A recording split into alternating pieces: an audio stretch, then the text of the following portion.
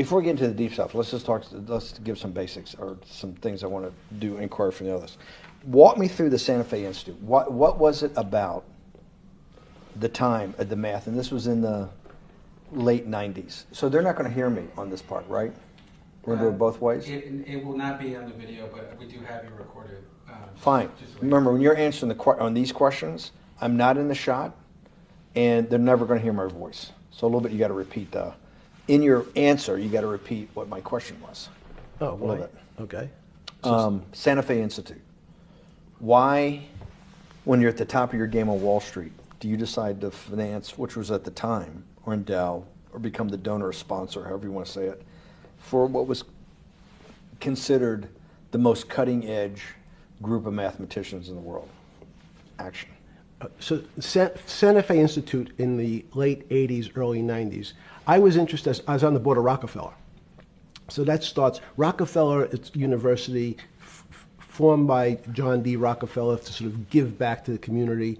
It's east side of Manhattan, except it was old. It was sort of old-fashioned. They were talking about medicine, and medicine by itself was, again, subject to the ideas of science. They were trying to use science to find cures for disease.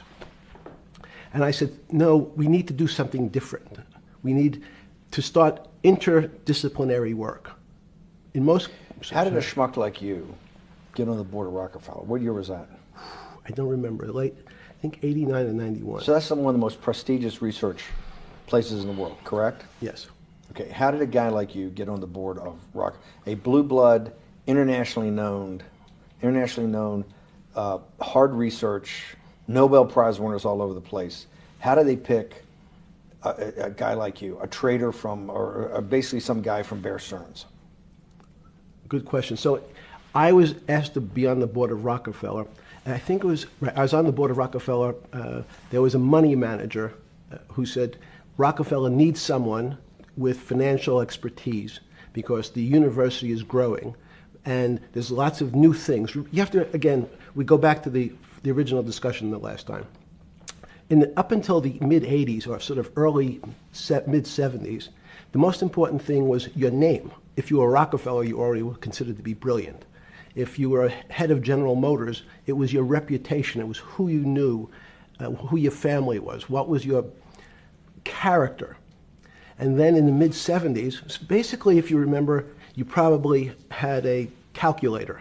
It was very advanced in those days to have a Texas Instrument calculator, where it could, by putting in the numbers, it would multiply for you to do square roots.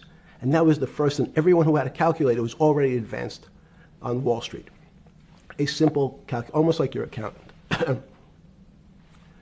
The most important parts of business were really now going to calculations. So it's not only mathematics, but it's things that could be calculated. Reputation couldn't be calculated. I could give you, are you a 10 on a reputation scale, an 8? What does it mean to have a measurement of your reputation? We'll get to that later. But places like Rockefeller needed someone to say, look, we're entering a different world where numbers and the numbers of companies, portfolio management was going to be balanced. It was going to be statistical. Jeffrey, could you come on the board? Potentially sit on the finance committee, Nancy Kissinger and a bunch of other people. And David Rockefeller and I got along very well. He was this unbelievable human being. Respectful to everyone. He introduced his driver as his colleague, not his driver. He would never say, this is my driver. He said, it's my colleague. And David started to explain to me world politics. So David would say, Jeffrey, money is going to be sort of the most important things. People don't understand money. You seem to have this knack for money. I said to David, tell me about your life. What was the worst and the best part of your life? So David said, when I grew up, everyone knew I was a Rockefeller. They didn't know that my father told me he would not leave me a dime. No money. But every time we went out to eat, me and my 5 friends at school, they would leave me the bill. They would expect me to pick up the check because I was a Rockefeller. And he said, I was chairman of Chase Bank. And he said, I remember like it was yesterday, one of the headlines in Time magazine said, David, please fire yourself. So he thought that there was a world that existed that would be a combination of both politics and business and leadership. What do I mean? He formed something called the Trilateral Commission. The Trilateral Commission is some spooky stuff. People said it was some of the Illuminati, there's some mystery about it, people that ran the world. It was politicians, but David said most countries, the politicians get elected for 4 years or 8 years, separate from the royal families in England or in the Middle East. Someone's there for 4 years and then they're not there anymore. The most important people to have stability and consistency would be businessmen. So he formed this Trilateral Commission of businessmen and politicians from 3 major continents. So it was the North Americans, the Europeans, and the Asians. So he said to me, would you like to be on the Trilateral Commission? Now, I was 30 years old, 32 years old. I said, great. And he said, well, you have to fill out this application so they have your bio. And I looked at the list of people, and it was Bill Clinton, former president of the United States, Paul Volcker, every great leader in America, the Asians, the Japanese, and with a very long description of their history. And they asked me to fill in what I would like to have written. And I wrote Jeffrey Epstein, comma, just a good kid, which I thought was funny, nobody else did. So in answer to your question, at that time I recognized around the world that monies and currencies were not really well understood. But again, it was only numbers. So numbers, and I'll get to the fact that it was bad thinking. Numbers are very good. Are most people that you meet, even on the Trilateral Commission, when you meet most people, do you find most leaders financially illiterate, economically illiterate?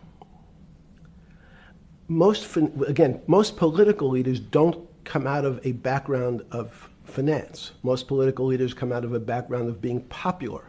So in some of the countries, in some of the African countries, for example, they might have been a military person. They were a general.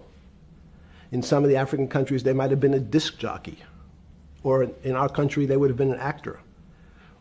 The knowledge of money they don't have expertise, they have no degrees in finance. They really, and this is one of the major problems, their expertise, if they have any financial knowledge, is of their own checking account or bank account and filling in their own taxes. So many world leaders who don't really have a financial underpinning make fundamental errors when it comes to money on a country or institutional level. Let me give you an example. If you, Mr. Bannon, if I said your assets increased last year, you'd say, that sounds pretty good. And I'd say, what does that mean to you? You'd say, well, I have more money. I guess I'm wealthier. I'd say yes. And if your debt increased, would you feel wealthier or poorer? You'd say, well, I don't want to have increased debt. I don't like the idea of that sound, increased debt. Now, that and world leaders understand when their assets go up, they feel better. However, institutions like banks, things that people don't really understand are financial underpinnings of banks. When I say your bank, Mr. Bannon, you have the Bannon Bank, you doubled your assets. Sounds good, but what does it really mean? It means people owe you more money. You don't have any more money. What? Yeah. A bank's assets are how much it is owed by other people. That's crazy. So if the bank goes from $2 billion of assets to $10 billion, it means people owe it an additional $8 billion, but their assets have gone up. So the terminology of assets and liabilities is different for banks. It's not natural. And what most people, and you ask questions about world leaders, there's many people, I think your old boss Mercer understood, there's a fundamental part of money which is called fractionalized banking. And fractionalized banking is something that finance people understand, and the people on the street, and when I say people on the street, that's where I was when I started on Wall Street, would find it impossible to believe. Impossible. Why? Bannon Bank, I give you $1, just one single dollar. In our system of banking, I would say, okay, Steve, I gave you $1. How much could you lend out to your friends? And your natural reaction would be probably something less than $1 because I want to keep something in my pocket. The way our system works is if you as a bank are holding my dollar, you can lend out an additional $8 or $9. No, it's impossible. I only have $1, Jeffrey. We have something called fractionalized reserves, which is if you have 1, you can lend out 9. That's the way our system works. And so not only do world leaders not understand banking, but the man on the street, my father who worked in the park department, it would be beyond his imagination that people could lend out more money than they actually had in their pocket. Next question. But how did this, in understanding that, when you get on something like the Trilateral Commission, you're on the board at Rockefeller, which is the most advanced research. You get brought into the Trilateral, which is the elite of the elite. How, since you're only at that time 30-something years old. 8 years from teaching at Dalton, right? You're Dalton. No, 10 years. 10 years teaching at Dalton. Yes. Walk us through. I mean, put us in the room. Walk me through exactly what it felt like. What it felt like being on the board at Rockefeller. We got these Nobel laureates, and you're sitting there making decisions, and you start to meet these people at Rockefeller. Now you start to meet these people at the Trilateral Commission. What did it feel like? It's a great question. So what did it feel That's like? what I'm in the business of asking. Yeah. What did it feel like meeting some of these people like Kissinger or Rockefeller? And those are two extraordinary people. But in general, I think the question, the people on Wall Street, I tell the story, the first day, one of the first days when I was in Wall Street, someone said to me, would you like to buy ATV? And I was looking in the brochure, and I couldn't figure out what stock had a symbol of ATV. And when I finally said, well, I can't find it, and they said, what's the matter with you? Do you want to buy ATV? Which is, he was selling hot televisions, stolen televisions from the floor of the American Stock Exchange, referred to in common parlance as the televisions fell off the truck. So I knew what that phrase meant from Coney Island. But what I found was most people, be it in business, in normal life, or in the world leaders, don't really understand money. It is something they think about. They have a sense of what it is. They certainly want more of it. But they also make statements like, we want more money, but we don't want more debt, which just shows a misunderstanding of what money at its core really is. So most people don't, they want to make it, they want to save it, but to understand it intimately is not a normal characteristic. At the first Trilateral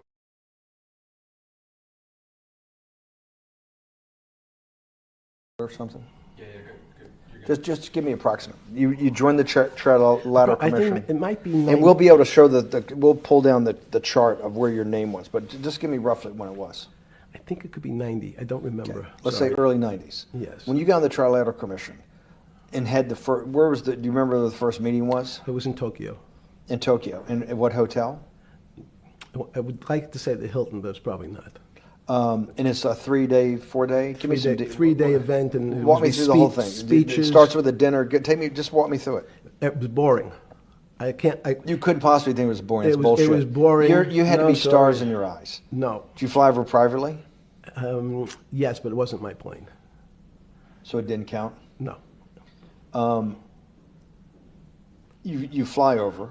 Yes. And it was who were the first? Like when you first met those leaders, you had to be wowed. No. You're 10 years out of Coney Island. No, I'm not wowed by people of position. I'm wowed by people of great ideas. And I don't care if it's the bus driver. I don't care if it's the student I had who has teeth coming out. Well, every these guys direction. have to have great ideas. They're the leaders of the three great continents of the world: North America, Europe, and Japan. No, many of these world leaders become world leaders because they're popular and they were able to get votes or they were able to convince people to vote for them. I learned later. Many of them were just good at what they did in terms of politics. Remember, world leaders are politicians in general. They're not scientists, they're not intellectuals, they're not great thinkers, they're great politicians. At the first Trilateral Commission meeting that you remember in Tokyo, sometime in the early 90s, do you remember what were the big issues of the day that they were talking about, and what did you think about it? Yeah, in fact, it was funny because they were talking about inflation, and they were worried that what would happen, how do you control inflation? And as a mathematician, I didn't understand the concept. I don't understand the concept today. How's that possible? Well, when you talk about most things to do with money, money is meant to be local. It's US dollars.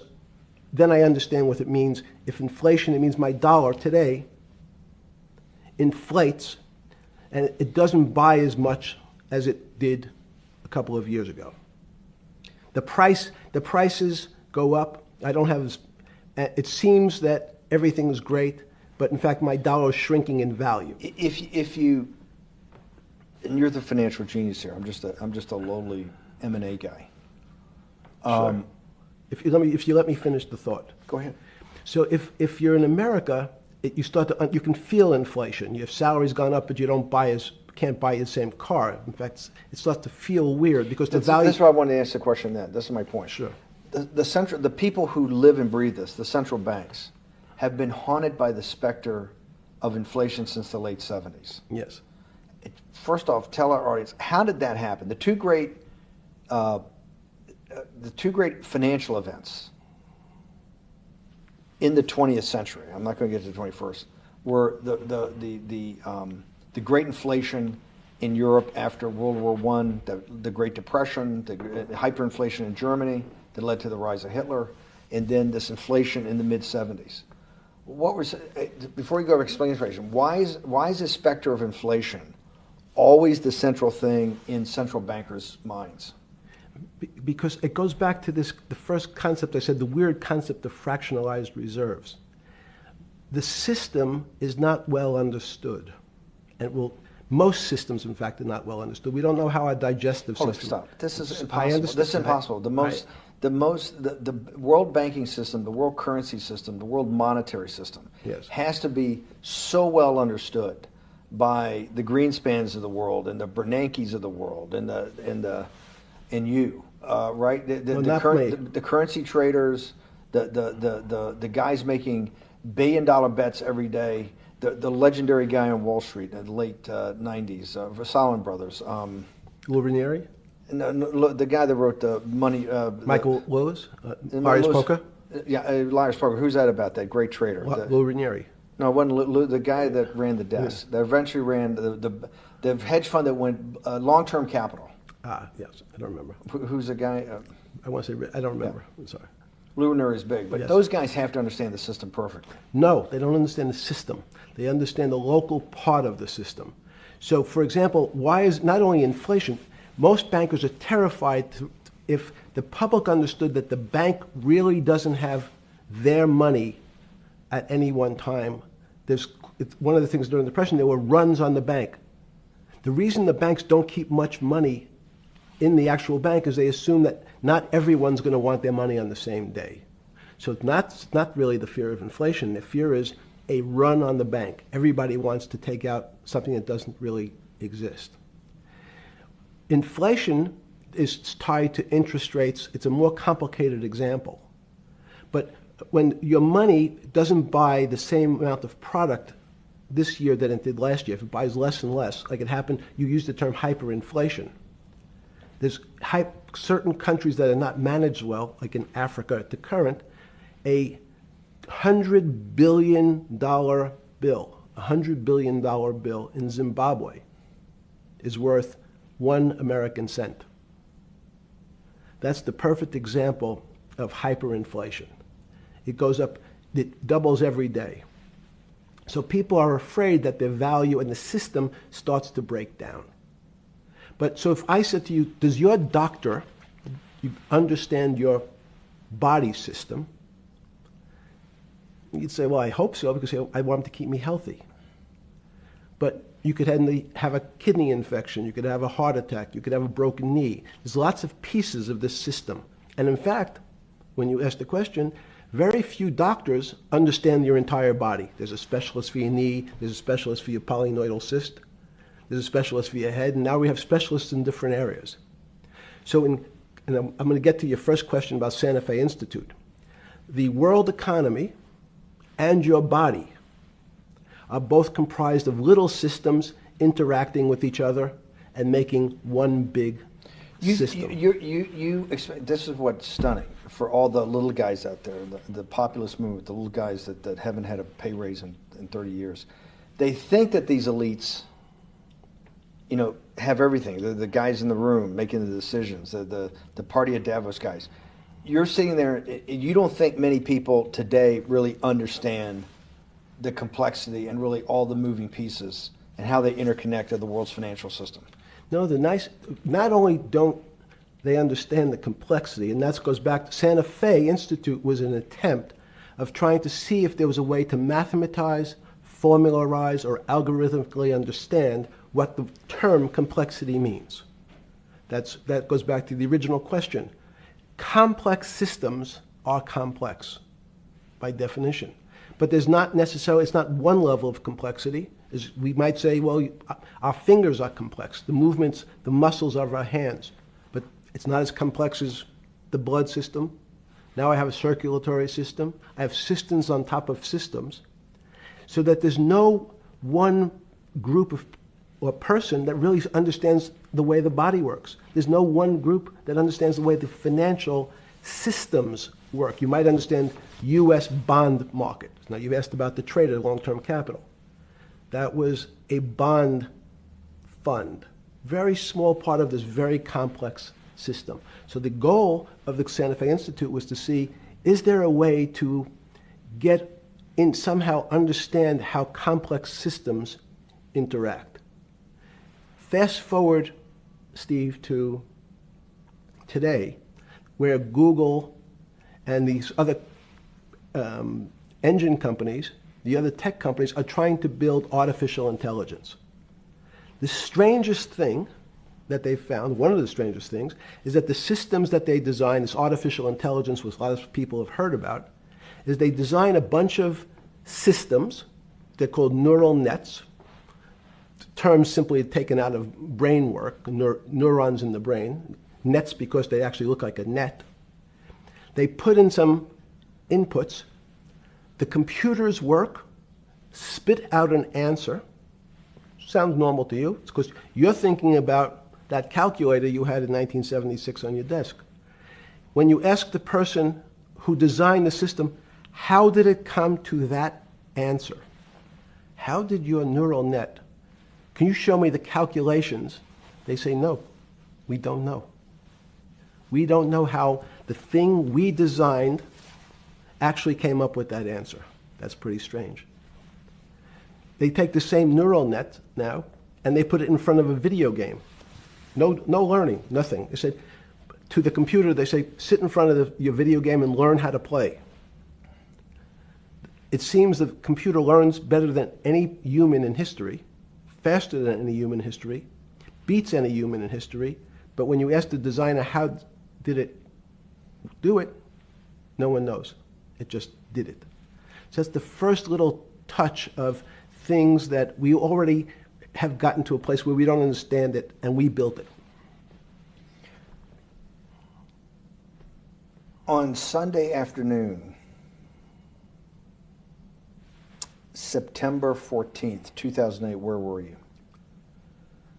Sorry? It was the night they put Lehman Brothers in bankruptcy in London. I was in jail.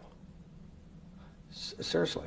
Yes. So the financial crisis of 2008 happened when you were in jail? Yes. Oh, this is going to be so amazing. This is going to be so amazing. I take it you didn't have your Wall Street Journal dropped off to you in the morning, your Financial Times. No.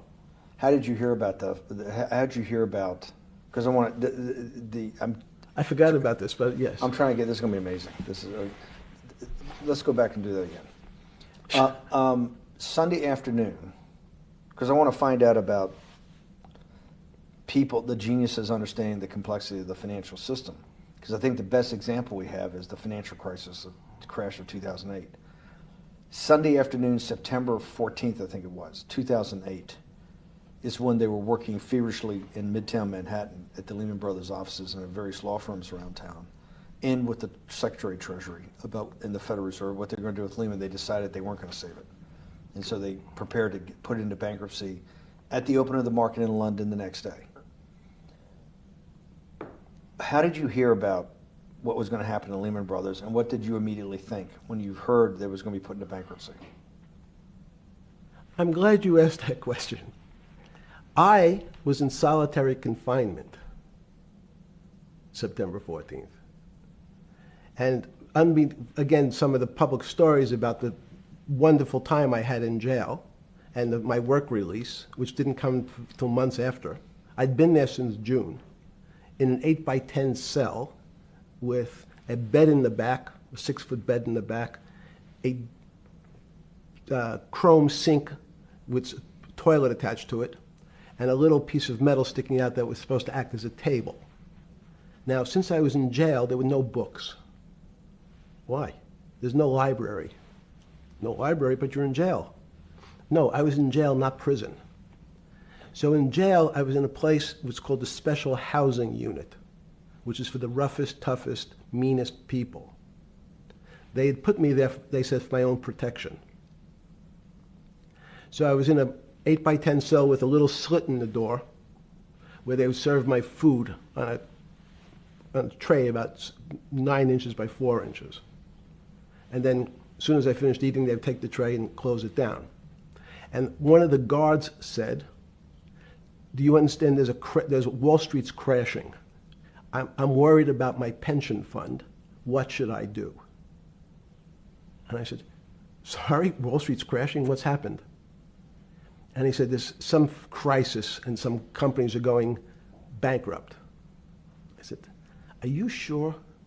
And he said, yeah, it's all over the papers. We're all terrified we're going to lose our life savings because we have either a 401k or our pension funds. We don't know anything about money. Mr. Epstein, can you tell us, like, what's going on? Am I going to be able to afford my children's education? Am I going to be bankrupt like this company called Lehman Brothers? And there's another company in the front page today called Bear Stearns. Oh, no, I said. Why? Because that's the company I was a partner in. And in fact, that was a company I had a very large investment in. So, as a great story, I didn't have my Wall Street Journal, but in the early mornings, you're allowed to make 2 phone calls, collect. And when you pick up the phone, you can dial a number, and when the person picks up, they say, you're getting a call from the Palm Beach County Jail. Will you accept reverse charges? And the person either says yes, and the call goes through, or the person says no. The person I had called was Jimmy Kane, the president of Bear Stearns. And I said, tell me what's going on. And so that my knowledge of the financial crisis happened with Jimmy, who was at the center of the storm, telling me about what Lehman had gone under, and they were trying to figure out a way, should they bail out Bear Stearns? Did it strike you at the time of the mess you had made of your life to be in a situation that you're one of the greatest financial minds in the world, looked at by world leaders and asked your thinking by the most prominent and important people in the world, and here you are in solitary confinement. You got to make a collect call to somebody. Did it strike you at the time how how all the threads of your life had come together and put you in a position, or you had put yourself in that position? No. So it never struck you when you had to make one of your 50% of your collect calls that day, you call the president or the head of the CEO of Bear Stearns.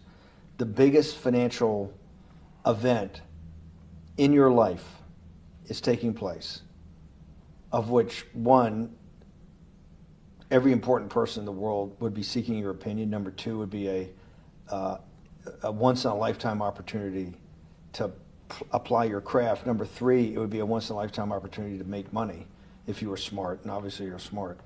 You're telling me here, truthfully, that it never hit you at all of how you had ended up in a place where you had to make a collect phone call from a jail cell that was 6x9 with a steel bed and your food being passed in through a slot. The question you want to ask is, who was the other call to? Okay. Who was the other call to? The other call was to my friend at J.P. Morgan, who was then, I didn't know it at the time, trying to buy Bear Stearns. So at one point, I had two phones. It was difficult because they're afraid people are going to hang themselves with the phone cord. So they don't actually come together and they're pretty short. So I was actually going between two phones talking to Bear Stearns and J.P. Morgan at the same time. So I found it amusing.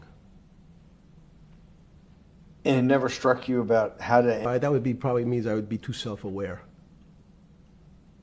You can't possibly expect me to believe this. I know. I don't believe it. You're telling me that during that day, what the fuck have I done with my life that I'm in a 6x9 jail cell when I should be on a trading desk, or I should be in my $250 million greatest townhouse in New York City, taking calls from the king of Saudi Arabia, the president of China, the head of Russia, the president of the United States, to save the world's population from a financial debacle. You honestly expect me to believe that that never happened? You're suggesting I was somewhat depressed, and how could this happen to me? I'm not saying depressed. I'm saying a moment of awareness of how could I get myself into this situation. No, I would just say how strange that this happens. It's strange. I'm wearing a jumpsuit and flip-flops. What color was the jumpsuit? Brown. Brown. Brown jumpsuit. Yes. I notice I don't see you in a lot of brown. No. Brown jumpsuit and flip-flops. Flip-flops, yes. With no access to books, no access to newspapers, no access to anything. You had lived on information. Except my Almond Joy bars. I had extra Almond Joy bars. Did you eat Almond Joy bars and things like that because you're afraid of what the cooks did to your food? Yes. Is that because of that you were in for the crimes that you were in for? No, it was just in fact, I was... It was because you're wealthy? Yes. How did you know that?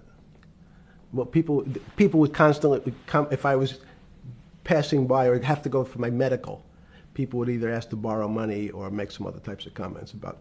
In the beginning... What were the comments? At the beginning, what were the comments? It serves you fucking rich guys right that you're here next to me. There was nothing about your crimes? No. So all this rumor you hear all the time about people in prison that commit the type of crimes you commit, you're saying in your personal thing is not true? No. It was all because you were rich? Yes. And it was all because they wanted to borrow money?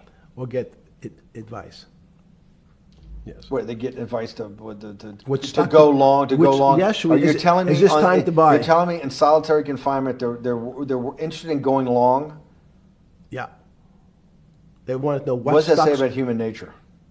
Well, what I think the people find, one of the reasons they wanted to keep me in solitary confinement was they're afraid that everybody would want to know which stocks to buy. But what happened was, after this crisis, now it's on the front page of every newspaper. I don't want to lose this day. Sorry. When you first heard that, was it Bear Stearns had been kicked into bankruptcy, 6 months before? No, this is the same time. This is part of the same deal. I thought no. Bear Stearns, they saved Bear Stearns and didn't save Lehman Brothers. That's right. it. 6 months before they had bailed out Bear Stearns, but Bear Stearns was still a zombie. a shell of its former a self. former self, but they had quote unquote saved it. They admit. Why did they make the decision in your mind?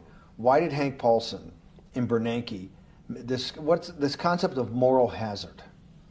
Explain to the audience what moral hazard is, and why did they save Bear Stearns 6 months before, and why did the smartest guys in the room decide not to save Lehman Brothers?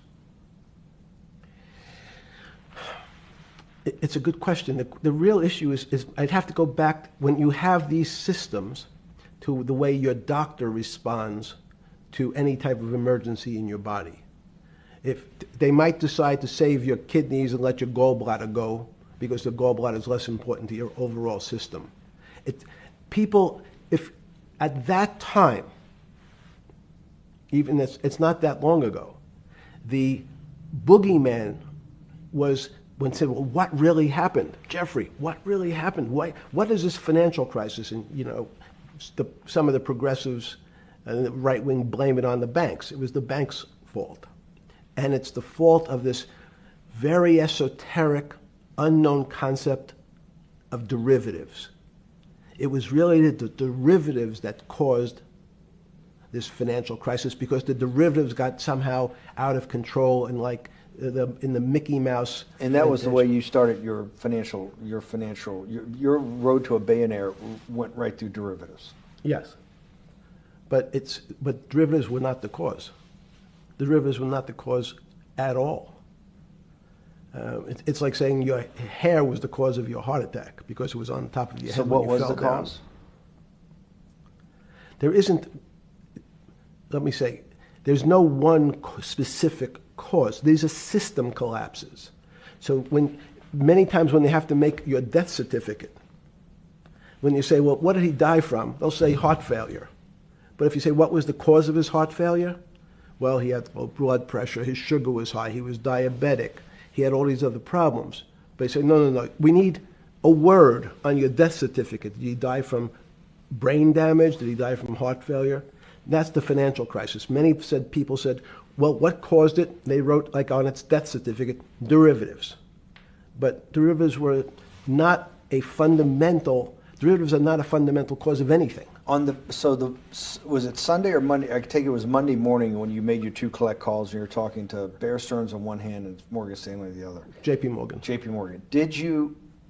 That was Monday morning. Did you, Jeffrey,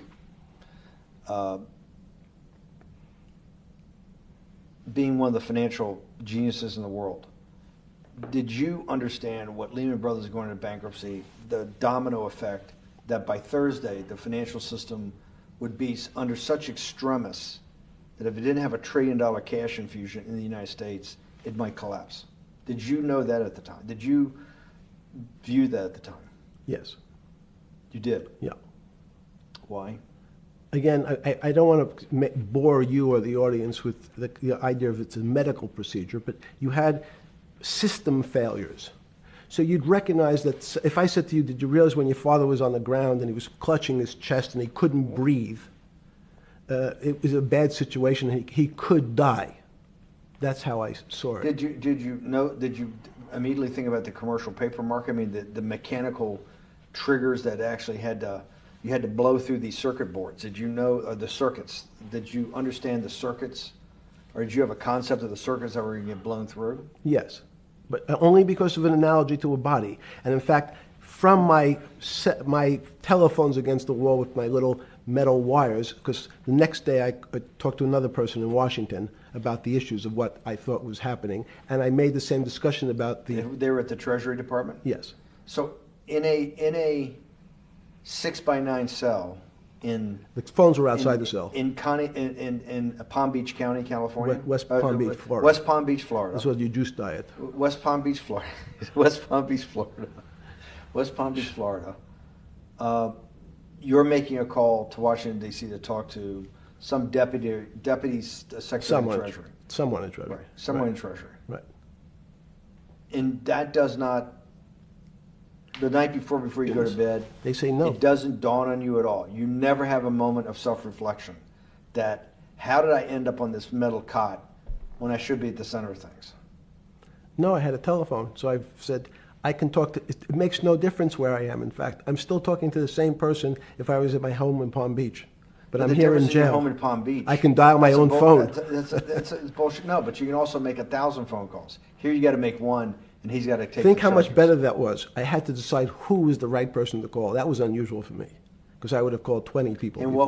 what was the advice you gave? I said, you have a sick patient, and it's very much like a sick patient in the emergency room. You can't think about it like your car. People in normal walks of life think about money and things as a machine. And unfortunately, so if your car breaks, cars are always easy to fix. My jets, my cars, if it breaks, I know it can be fixed because it simply follows the same pattern. If this part breaks, you replace the part and the thing works again. People and the financial system are not machines. They can't be fixed the same way. You can't simply take out put some more juice into the commercial paper market, and that's like replacing the carburetor on the car. It's much more, I have a patient who can't breathe, has a stomach problem, can't see, looks bleeding at the same time. What do I do first? I have to think about it as a system. Where's the most logical place? What's the most dangerous place? If your heart stopped, we have to start your heart again. In the equivalent to the money market, why do I have to start your heart again? I need to get your blood flowing. If your blood stops, you're dead. If liquidity, which is the equivalent of blood in the financial system, dries up. Liquidity is basically cash, putting cash into the Forget system. about what it is. Okay. Liquidity is liquidity. It allows the system, it's the blood of the system. You need to pump blood hard into the body of the economy to keep it flowing. And if you're, especially when you're worried about someone dying, you're not going to be worried about the niceties of, well, you got the shirt dirty and there was some damage. Pump in that blood, keep that heart When you pumping talked to the person in Treasury on Tuesday, the 16th, did you get a feeling as you were sitting in your 6x9 jail cell in West Palm Beach, Florida, that they were on top of things? No, you can't. It's impossible to be on top of things. There's no such thing. It's, again, the doctor watching the patient die. You hopefully have some confidence that he's seen it before. He recognizes that there are some steps he has to take first before he bandages the guy's finger or worries about what shoes he has on. So you hope that the people in charge, your doctors who are working on the emergency patient, have enough experience and, frankly, judgment to try to keep the patient alive. Did you think that they had those things, patience and judgment?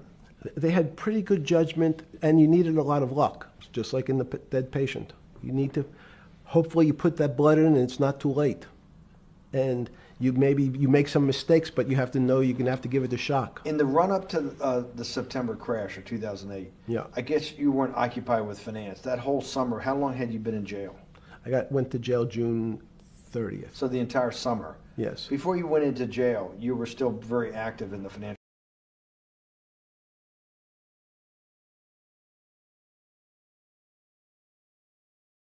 To give it a shock. In the run-up to the September crash of 2008, yeah. I guess you weren't occupied with finance. That whole summer, how long had you been in jail? Went to jail June 30th. So the entire summer? Yes. Before you went into jail, you were still very active in the financial markets? Yes. When I say active, you trade currencies every day, you trade stocks every day. When people, I don't do any. Someone like you, or you give advice to people to trade stocks or trade currencies. I don't trade every day. I think that's, like Woody Allen said, you can't beat the bank. So I try to pick my spots. George Soros picked his spot when the pound collapsed. This would have been a great money-making opportunity that passed me by when I was in jail, but that's not how I think. In the run-up to that, in the spring of 2008, that's when Bear Stearns got in problems, I think, in the spring of 2008, and they decided to bail it out. Did the Bear Stearns guys talk to you for advice at that time, when the big crisis in Bear Stearns? No, but see, again, unbeknownst to most people, and it's easy to blame people for the financial crisis, like you'd blame someone for giving your father the drink before he had his heart attack. But what really happened, the real enemy of the finance system was Bill Clinton. And if you ask me what and who caused the financial crisis, I would tell you it was Bill Clinton. Because of what Bob Rubin and he did to the deregulate the financial system? No. Because as of the last time we had our 60-minute interview, you talked to me about home ownership. And you asked me whether everyone should own a home. And I told you, no, it's too risky. So the financial collapse of 2008 is because of hardworking African Americans, Hispanics, and whites who wanted to have a ownership stake in the society that all rests on their shoulders. They're the culprits. No, not at all. Okay, then I didn't say they were the culprits. I was pretty clear it was Bill Clinton. Okay. Why was it Bill Clinton? Because Bill Clinton wanted to get votes from those people. And he sold them the idea that instead of renting in a house, and historically the values of houses have gone up, and he said, you guys in these local communities who haven't been able to afford a house before, I'm going to show you a way. I'm going to give you a way because I'm sure I'll get your vote that you can own a house because I want your vote. So what we're going to do is I'm going to let you buy a house, Mr. Bannon, when you really, you're right on the border, maybe, or not even on the border. Your credit is not good. Okay, let's be honest. And it's not my fault, it's not Bill Clinton's fault, but if whatever happens, at the moment your credit score or whatever it is, your credit's not good. Now, normally, you come to me and want to borrow money, I'm a bank, and I say, I'm sorry, Mr. Bannon, I can't lend you money because your credit score is not up to where it needs to be. Hopefully, if you work harder and clean up some of your problems, it will be. But no, what I say to you is, I'm going to figure out a way to lend you, not give you. I'm going to lend you money anyway, though you don't have a good credit score. And don't worry, I'm going to get rid of the term that you don't have bad credit. Bad credit sounds pejorative. You don't want to be a person. Sounds judgmental. Yeah, it sounds judgmental. So what we're going to do is we're going to call your credit situation subprime. Oh, nobody knows what that means. Subprime. That means prime is good credit. Subprime is not good credit, less than good credit. So we'll call it something that people really won't follow, and we'll tell you what. We're going to have people lend you money, though you are a subprime borrower, and I will figure out some government agencies to guarantee your loan, though I don't think you're a good risk. So the banks say, no, no, no, we don't want, initially, the bank said, sorry, this is too risky, Mr. President, for us. We're in the business of managing risk. It's not our money. It's the hard-working people's money sitting in our bank. We can't lend to people whose credit is not prime. You're asking us to lend to people who are subprime. And he says, here's the key, if you don't, Mr. Bannon, I'm going to make sure the Justice Department charges you with discriminatory lending because you refuse to lend to my subprimers. In business terms, you should never lend to. But what we'll do is I'm going to form an agency called Fannie Mae and Ginnie Mae, just another agency names. They'll guarantee your loan. So don't worry. Don't worry. You don't have to pay it back anymore. Even though and maybe you don't even have to work as hard anymore. That's probably a harsh statement, but these players, these two big firms, Fannie Mae, will guarantee the fact that that bank will receive its money. Now, the bank says, wow, best deal in history. I refused to lend to Mr. Bannon, but now he has the big brother, his Uncle Sam. He went to his Uncle Sam, and Uncle Sam says, I'm guaranteeing it. The bank says, I want everybody. Give me as many people as you can give me. Because Uncle Sam is the best credit in the world. Not only it's the United States government. We'll take it all. We'll take as much subprime as we can handle, because it's the best investment for the moment. It's a strange investment because it has politics that has inserted its way into the numbers. Politics doesn't belong in the markets, but now we're going to have, I want the votes. We'll make guarantees that you who can't get a house normally will be able to get a house from the bank. The bank says, this is the best deal in history. We will package 100, 300, 1,000 of you subprimers, and we'll sell it off to somebody else. And the whole system becomes mired in subprime mortgages. That's becomes the issue. What do you mean mired?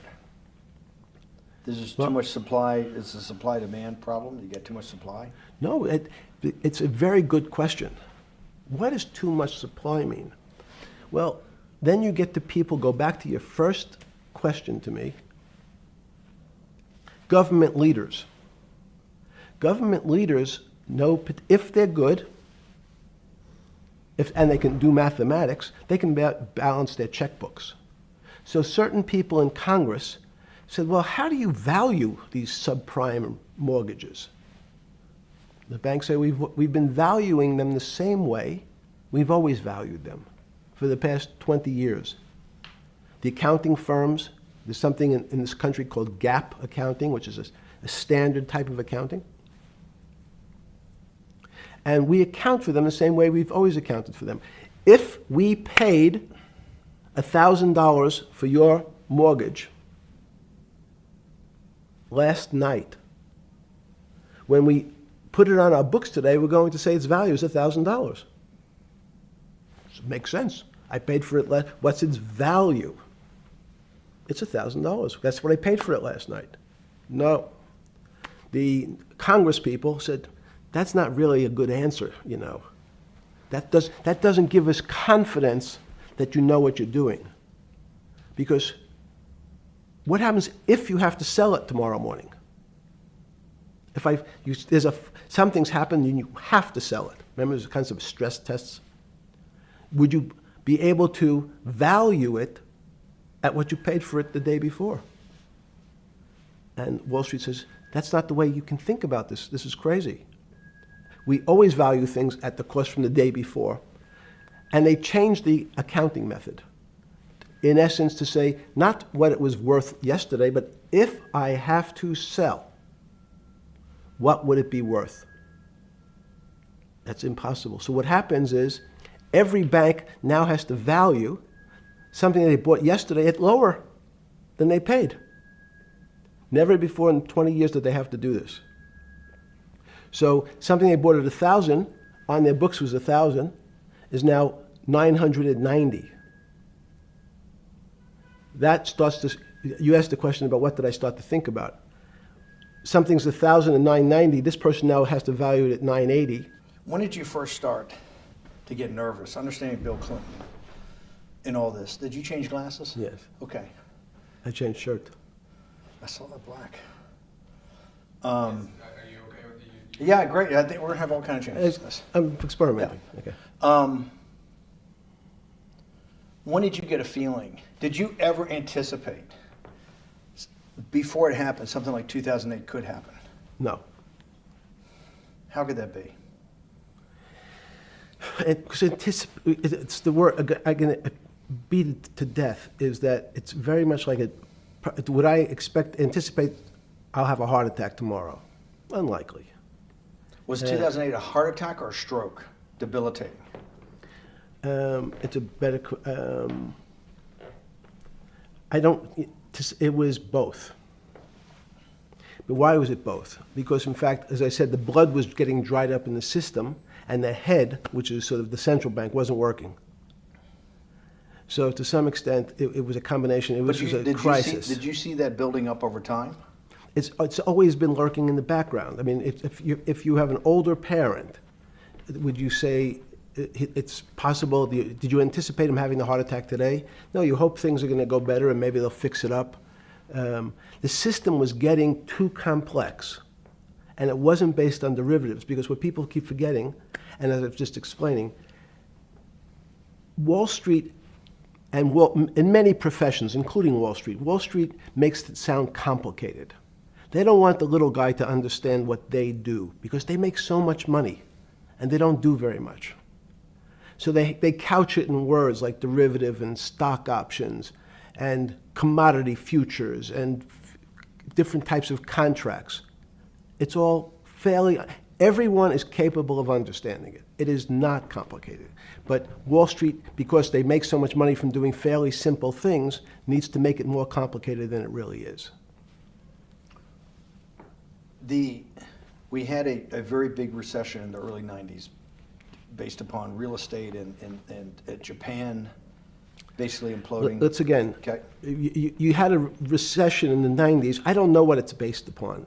It's always interesting to look back and say, separate from there's certain triggers, like in the 70s there was a... What do you think it was based upon, the 90s downturn? It's clearly there was a huge downturn. No, I know there was a downturn. That's what I know for sure. That's a fact. Everything else is sort of speculation about why did he have that. I understand that, but Sorry. there's some speculation that has 0% probability of being true, and there's others that have 90%. In the range, when you look at the range of alternatives of what could have caused it in 90, and what I'm trying to do is get you all the way up to 2008. Look, You're the smartest guy in the room, right? You know that. Do you think there's anybody in the world today? Oops, this is going to be a bad question. No, but do you think anybody in the world today, the Alan Greenspans, the Bernankes, is there any central banker you know, any partner of any Wall Street firm, any guy running a trading desk, and I would take it that would be, or anybody at a Larry Fink at BlackRock, Steve Schwartzman at Blackstone, the top 100 financial guys, and let's throw in a couple of Nobel economists, and let's throw in the best professors at Wharton, at Harvard, at Stanford.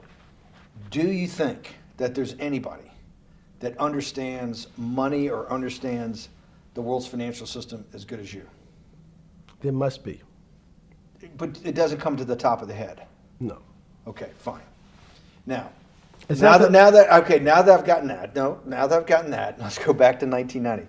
In that arc from the fall of the Berlin Wall to 2008. Good. We started with the implosion in Tokyo of the Japanese economy, Japanese financial markets.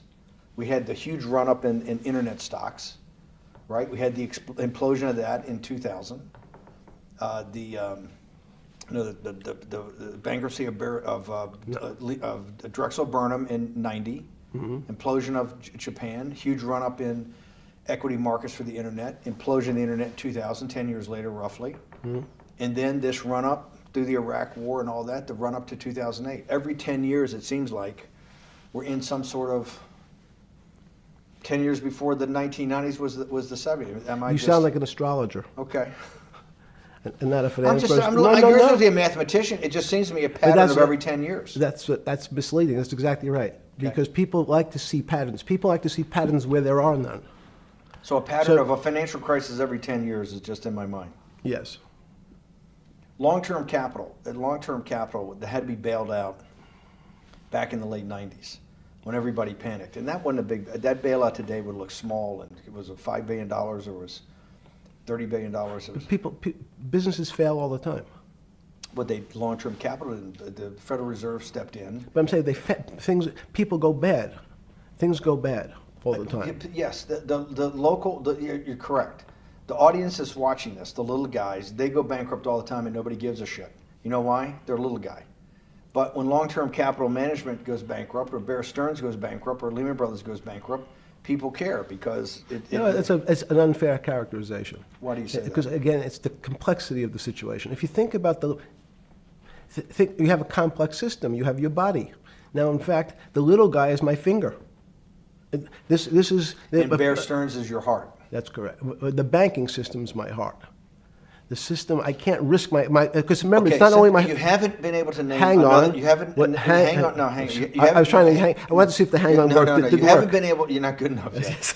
You're like junior wizard trying to do it. You haven't, Yes. I'll say, since we can't name another guy that's as good as you, there may be a couple out there, you're not bragging, you're humble.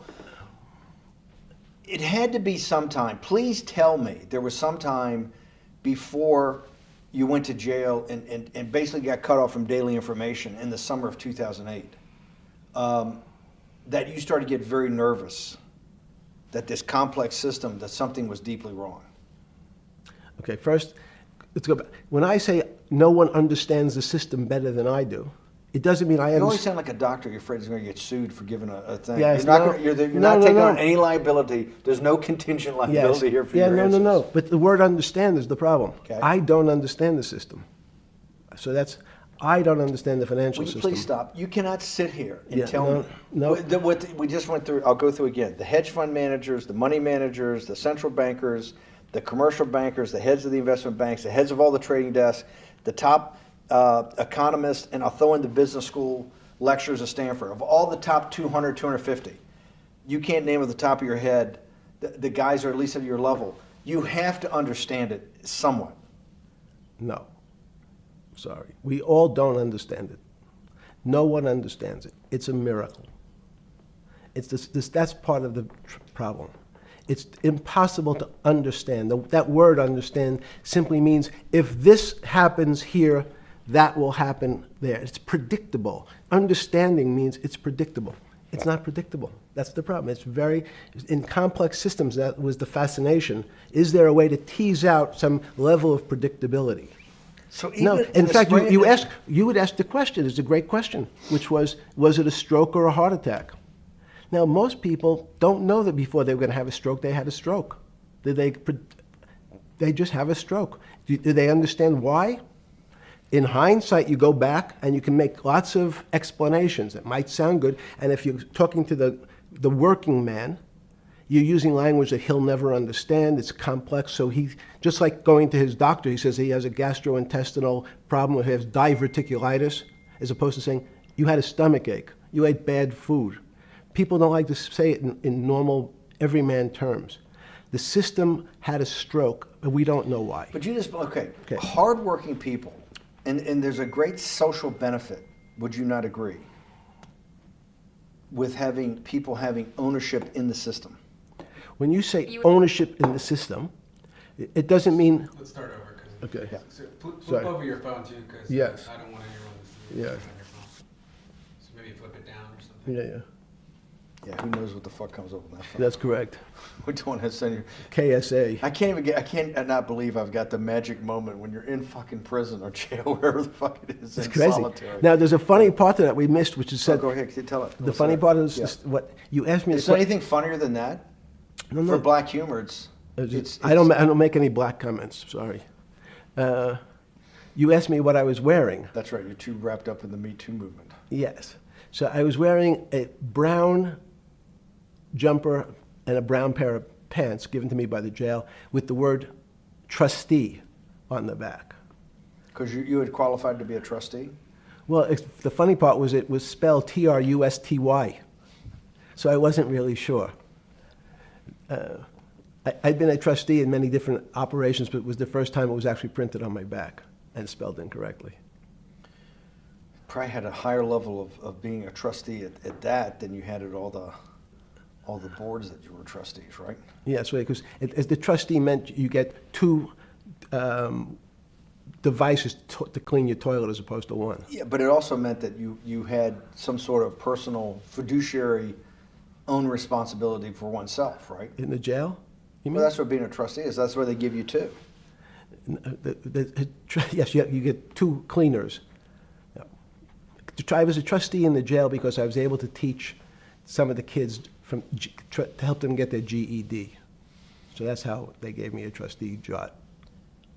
There's no time. I got to go back to this because I'm like a dog with a bone in this thing. Yes. You can't. There's something deeply fucked up with you at least something. Well, we know there are things deeply fucked up with this. You will get through in this film, Right. but you cannot possibly sit there, knowing that you came from nowhere, knowing that you went to the very top of what is considered outside of science and maybe physics, the thing people most admire because it's like alchemy, understanding high finance. To sit there in what will be the defining financial crisis of our time, like Black Friday or Black Yes. Monday, whatever it was, in the Great Depression, and be there at that exact moment, triggered in part by a firm that you used to be a partner in and knew intimately well, and it created much of your initial net worth because of, and know that you couldn't, someone who lives on a phone, right? Yes. Because you do live on a phone, right? Correct. You had to make just 2 collect calls. You cannot tell me sometime during that day you did not have that conversation with yourself of how the fuck did I do this to myself to put myself in West Palm Beach in a 6x9 cell with a metal fucking bed with a brown shirt that said trustee spelled wrong. So did I find it amazing that I was there? That's a Not better- amazing, and I don't want to say it's not Nope. funny. Oh, I thought it was. I wasn't funny. Right. But Not I- amazing. no, it was incredible. Incredible in what way? This- Incredible, like how do I do this to myself? No. It's as incredible as me sitting here in this house. They're both just 2 sides of the coin. That's how I think about it. That my life today is incredible. Do you consider yourself a stoic? No. I consider myself a hermit. Stoics are not very happy. Being a hermit then, being in that 6x9 cell, being in the cell qua the cell was not the problem, right? Correct. What was the problem? Eating the almond joy bars. Because you couldn't eat the food. No, right. And but remember, my life is. Did that ever strike you that I can't eat the food because somebody might have done something to it? I gotta live off an almond joy bar, 1 a day or 2 a day or whatever. How many ever sneak in a day? No sneaking in. Your 1 almond joy bar, it did not hit you at some time? How the fuck did I do this? No. Let's go back to the spring of 2008. Were you so wrapped up in your personal issues at the time you were not spending enough time on the financial markets, or were you deeply involved in the financial markets like you normally were? In No, the spring of 2008? I was involved. So we're saying that the smartest guy in the room didn't see it coming. No, of course The not. bankruptcy of Bear Stearns, you just thought was a Bear Stearns problem. You didn't see it as systemic. I know you keep harping on it, but it's not. Because you're a mathematician and understands systems. I- It seems that anybody that understands that they had a systemic problem, you at least be the first on the early search radar. If you're not going to see it, then I'm really afraid, because that means that I always assume there's at least a set of guys out there that have some sort of sense that something's not right. Imagine the guy who has a stroke or had the heart attack. When you ask him, did you feel funny the day before? He's going to tell you, yeah, I didn't feel right. Something was off. I didn't feel right. I had my stomach was right. I felt a little dizzy. I felt a little weak. But if you asked him that day before, do you think you're going to have a heart attack tomorrow? He'd say, no, I just feel a little weak. I'm a little dizzy. My stomach hurts.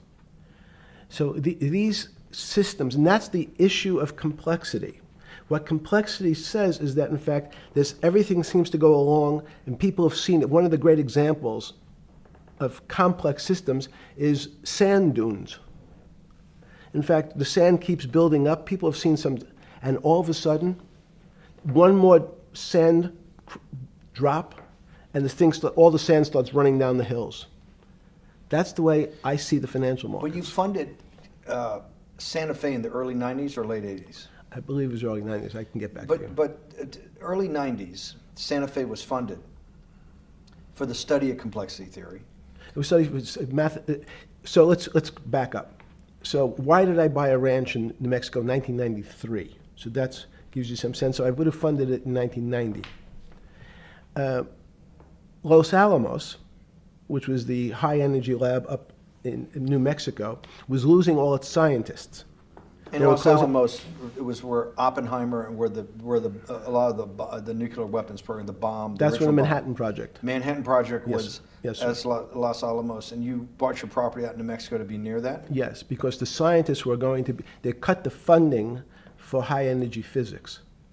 But the people who worked in Los Alamos would still be in the Santa Fe area. They cut that because this was the Cold War dividend, right?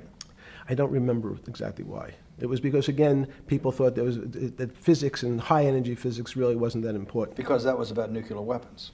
No, it was because they decided, which may be not right. This was the same time that Murray Gell-Mann came up with the term quark, Q-U-A-R-K.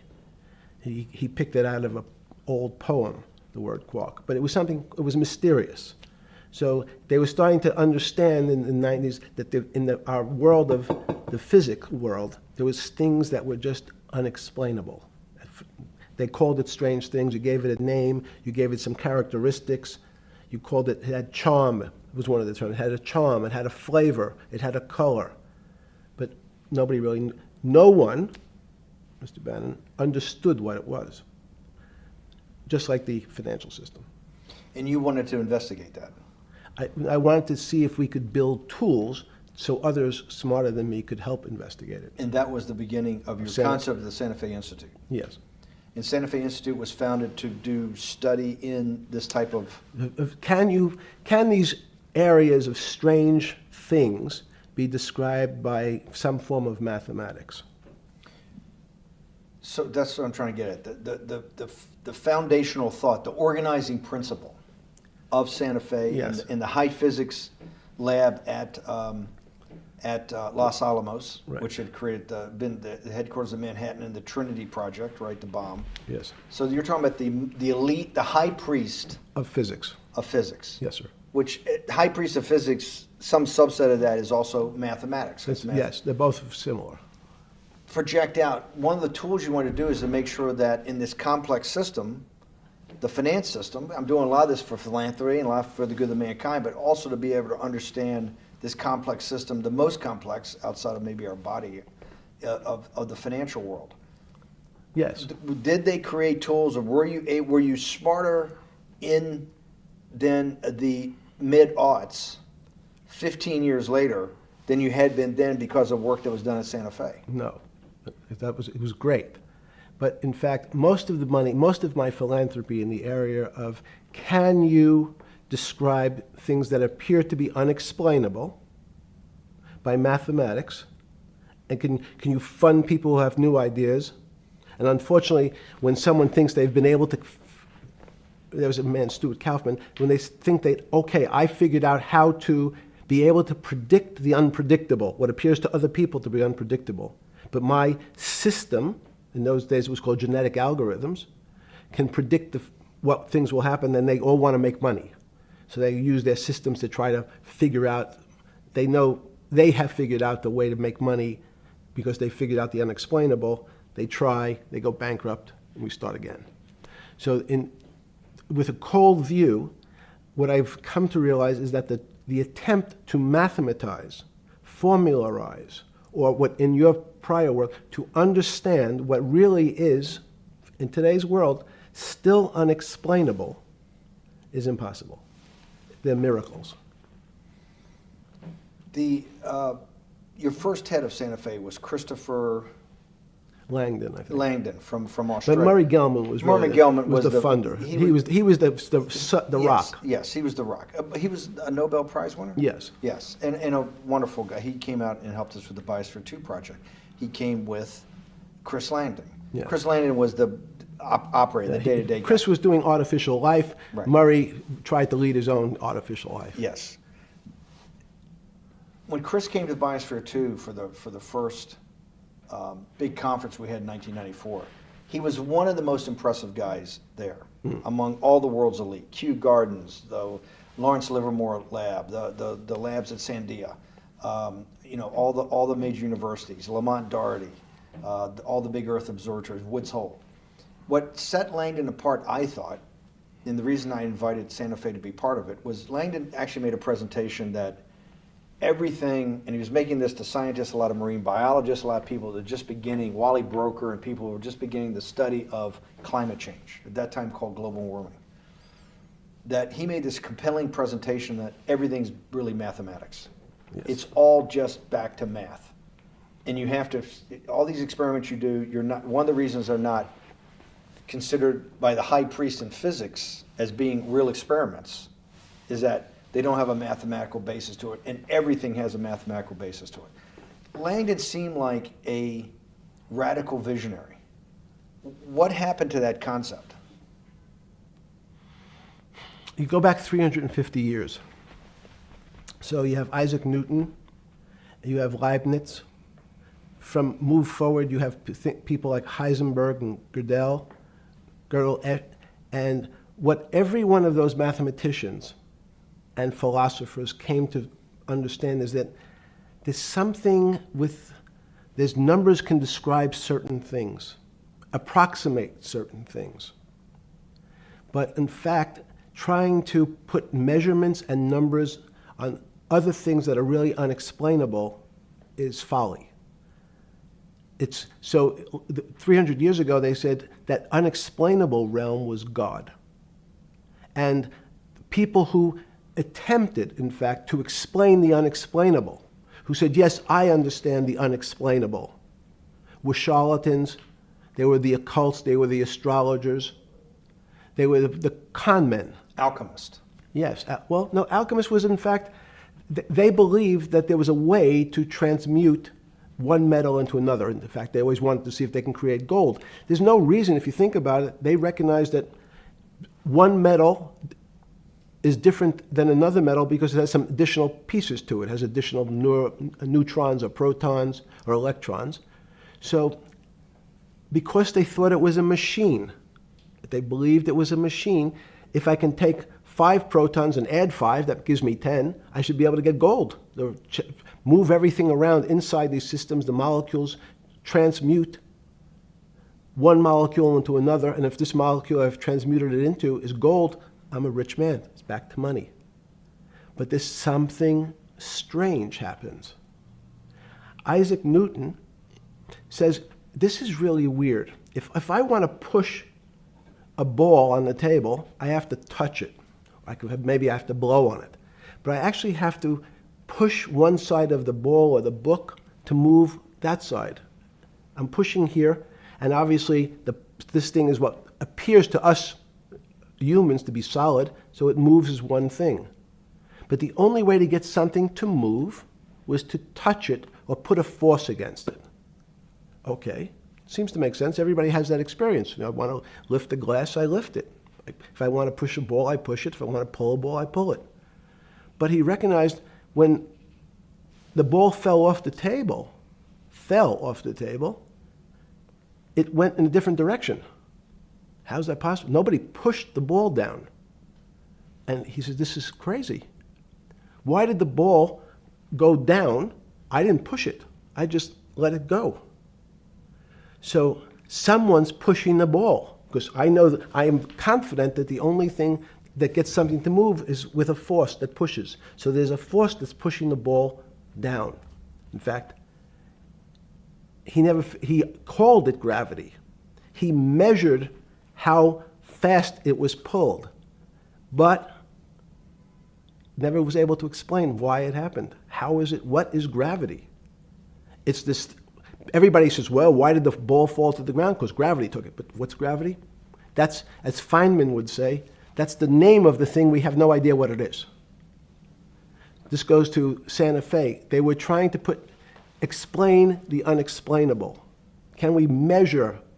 Can we figure out a way to predict the stock markets using these types of chaos complexity? Before we get there, let's walk back through it. Let's go back to Newton. Sure. Pre-Newton and then Newton. What did Newton solve that for millennia up to Newton had not been solved? And then I want to go forward all the way to Santa Fe, what they were trying to solve. Let's start with just 2 or 3 of the basic guys, but let's go with Newton. What pre-Newton, it was what? And then why is Newton such a genius? In such a, in the, I think mathematically they told me one time, our seen there's been 115 billion people, roughly, that have lived on the Earth. And of that 115 billion, Are you Newton's sure one. that's a number? That sounds a lot very high. We only have 7 now.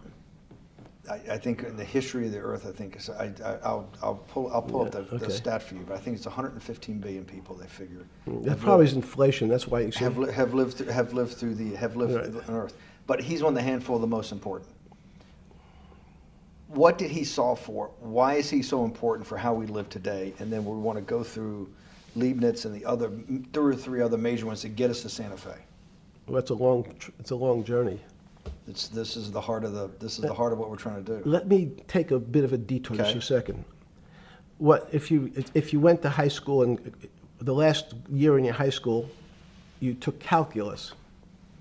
So Isaac Newton sort of invents calculus. Well, that sounds invents. Mathematicians. To torture seniors in high school before they graduate. Yes, but obviously no. Yes, the answer is yes. Certain people could never do calculus. Why is that? Why is calculus so? Why is that the dividing line between, to me, people who can handle that and can go on to do certain things, and people just hit the wall, even if they know math? It seems to me that there's that calculus is the thing that changes. It bridges. That's because it's about the theory of change and the theory of how things change. It's a great question. But in fact, what calculus does is it's somewhat philosophical. That's why mathematics is Newton wasn't a mathematician, he was called a geometer. That's what they used to call themselves. They understood geometry and numbers. But there's an old conundrum where it says, during Pythagoras' days, Zeno's paradox it's called, where they said, well, if the wall is 2 feet away from me, and I take one step that's halfway to the wall, that'll be 1 foot away.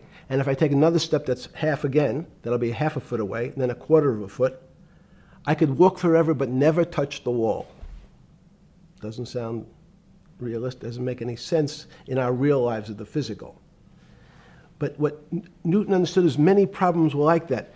Many things approached the wall, or in calculus, approached the limit, but never really reached it. So he said, it's okay, you don't have to reach it. We can do lots of the mathematics as if it was so close, it was almost there. And we could do lots of mathematics almost being at the limit.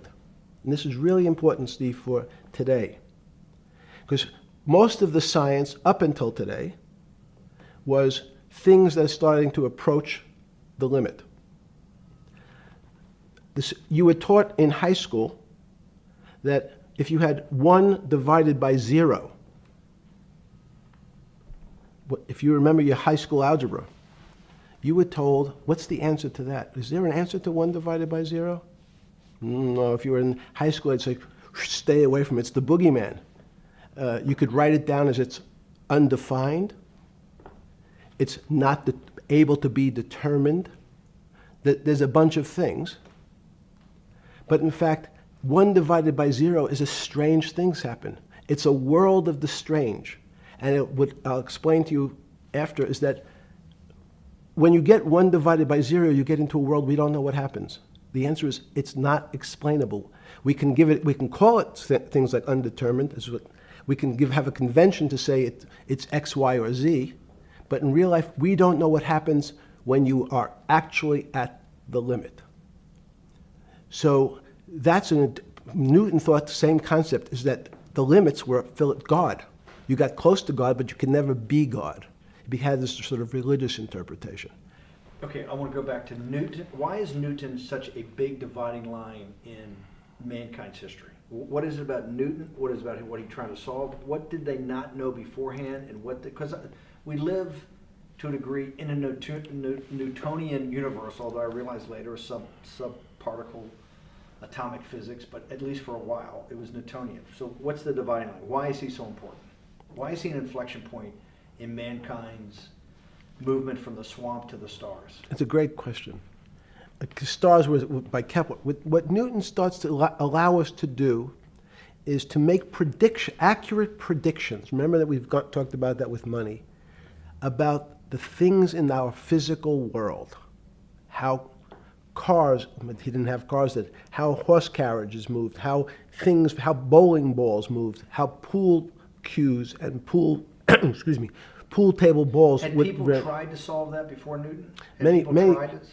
Heraclitus or Plotinus, Pythagoras, had these greats that we hear about, had they tried to solve the same problem? Not the same problem. They try to, again, what Pythagoras does, he starts to figure out this relationships in triangles. For example, everyone knows the a squared plus b squared is equal to c squared. That Pythagorean theorem, which is basically says these shapes in a triangle, each side of the triangle has a fixed relationship with the other two sides. That's strange. He knew, again, but it was all numbers. This was a system of things in the physical world, and Pythagoras says we can start putting numbers on things that help you predict how they will behave. You can add two triangles and make a square, some different shapes. They were looking at geometric forms. Newton says, well, I want to know how planets move. I want to know how things around me move. Can we find formulas? Can I find formulas that explain what I see in the physical world, how physical things interact and how they describe one another? Again, the fact that two solid masses, for some very strange, unknown reason, unknown today, attract one another, no matter what they are. People have seen the experiment. You hang something, two little metal balls from a string, and they move towards each other. In fact, they move towards each other was very specific. So when you drop the ball to the floor of this room, Newton says, in fact, the room came up a bit to meet the ball. The room moved. It's imperceptible. You can't really perceive that motion, but they attracted each other with certain ratios. So he started to be able to measure things in the physical world.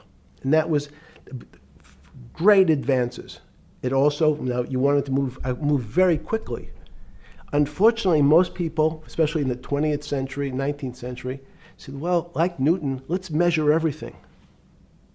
Let's measure people's behavior. Let's measure their psychology. Let's measure their health. You go to we could have my blood test. Let's measure everything. We measure Wall Street. Their voting habits. Measure, measure, measure. Can we put a number on how much I care for my wife? Can I put a number on how I feel? And we tried, unfortunately, we try to mathematize the finer things in life, and then recognize that there's things that, unfortunately, just fall outside. Schrodinger wrote a very famous book about what is life. He was trying to figure out a way, can he describe the difference formulaically between things that are alive and things that are dead? The answer is no. The things that are alive in my world are miracles, not magic. Magic has a bad connotation, trying to hide things. You don't believe in the spirit or the soul? That's what animates people, is your spirit or your soul. That's No. Have you ever seen someone die? When they die, their spirit leaves. Their soul leaves, no question. So in There's fact, no question to you about no that. question. There's no question to you that there is some animating life force within us that leaves when you're dead. Yes, in fact, I refer to the soul. This obviously is certain. The questions in the past, even Because during people would normally think you were soulless. So Thank you. But have you talk about you actually believe in it and have done some thinking about it is pretty shocking in its own right, isn't it? Well, again, mathematics. Leibniz thought. So Newton was at Cambridge, and he was the head of the math department, right? He's a professor, essentially. Yes. But Leibniz, was Leibniz a German professor? Yes, but what Leibniz said is the soul is so strange because God took chemicals, which is simply the material, like tables, and he somehow made this material able to have a thought. How strange is that? Not only does it have a soul, but some way it was put together that this material substance is able to think. So when you say to me, it's obvious to everyone that there's such a thing as a soul. Now, if you're part of the Charlatanville, you'll try to explain it to people. The soul I describe as the dark matter of the brain. Why is it dark matter? Because in high energy physics nowadays you hear terms of dark matter, dark energy. Again, terminology, it's a complicated term. Why is it dark matter? Because we can't see it, that's all. What do you mean you can't see it? Well, somehow we see something moving towards this area of darkness. Something, I can see this thing. This appears to me to be empty. It's just black. But I see it being drawn this way. So I say, well, I know if this were matter, that would follow that equation. If this was solid, it would explain the way this particle moves. But I can't see anything here. So I'll just call it dark matter. And I'll say, I don't know what it is, but it behaves as if there was something there. The soul is obvious to everyone that there's something different between things that are alive and things that are not alive. But we have no idea what it is. It's currently unexplainable. I believe we need an entirely different system of analysis to try to figure out. But Sorry. No, with Newton, with all his alchemical studies and things he worked on the spiritual side, Leibniz had just talked about the soul, Schroeder talked about what is life. If a modern scientist or someone that you funded at MIT or at Harvard or one of these things talked in those types of terms, they would be considered to be a wingnut today, wouldn't they? They would not be on the path for tenure, right? Unless they were in the philosophy department. This is exactly my point. We're talking about three of the greatest mathematicians in mankind's history that have really changed mankind. Talking like this, what happened? How do we get to a situation where they could not be in the high physics, they could not be in the mathematics department or working in high energy physics? Good, it's an easy answer. Newton was a combination of mathematician or geometer then and philosopher. And as time went on, those disciplines seemed to move apart. We had philosophy. Some of the philosophers can't do math, and some of the mathematicians. And again, mathematicians often break into two categories. People that solve problems. Those are more like geometers in the old days, just problem solvers. And then there's thinkers, theoreticians. They're more like the old movement towards philosophy. But neither one of those two groups have been able to figure out why something is alive as opposed to something that's not alive. No one's been able to describe what the soul is, but we all know it exists. And I think what we need is science is a bad word. I think science only describes the things we already know about the physical world. In fact, there's an argument that the physical world that we see has been created out of our systems of mathematics. Mathematics, everyone knows mathematics describes the physical world much greater than it should, unless my view, the physical world really comes out of conscious beings that have mathematics. So they create it. This table appears to you and I to be solid. To a bat, because we have light that's bouncing off the table into our eyes, it appears solid. If instead of eyes that responded to wavelengths of visual light, our eyes responded to radio waves, the radio frequencies, it's not different, it's the same type of frequency as light, but different speeds, the table's invisible. We know that our phone works in this room. So the waves are coming through the windows, the waves are coming through the walls. So the walls are invisible to that type of radiation, that type of energy. The walls I can see them because my eyes, a physical system determines that the walls are there. You, with Murray Geldman, you founded, or were the original donor, and had the idea of Santa Fe Institute. In 10 or 15 years later, that effort to study the complexity of systems mathematically. Yes. was is a essentially total failure. A Yes. total failure. Total failure.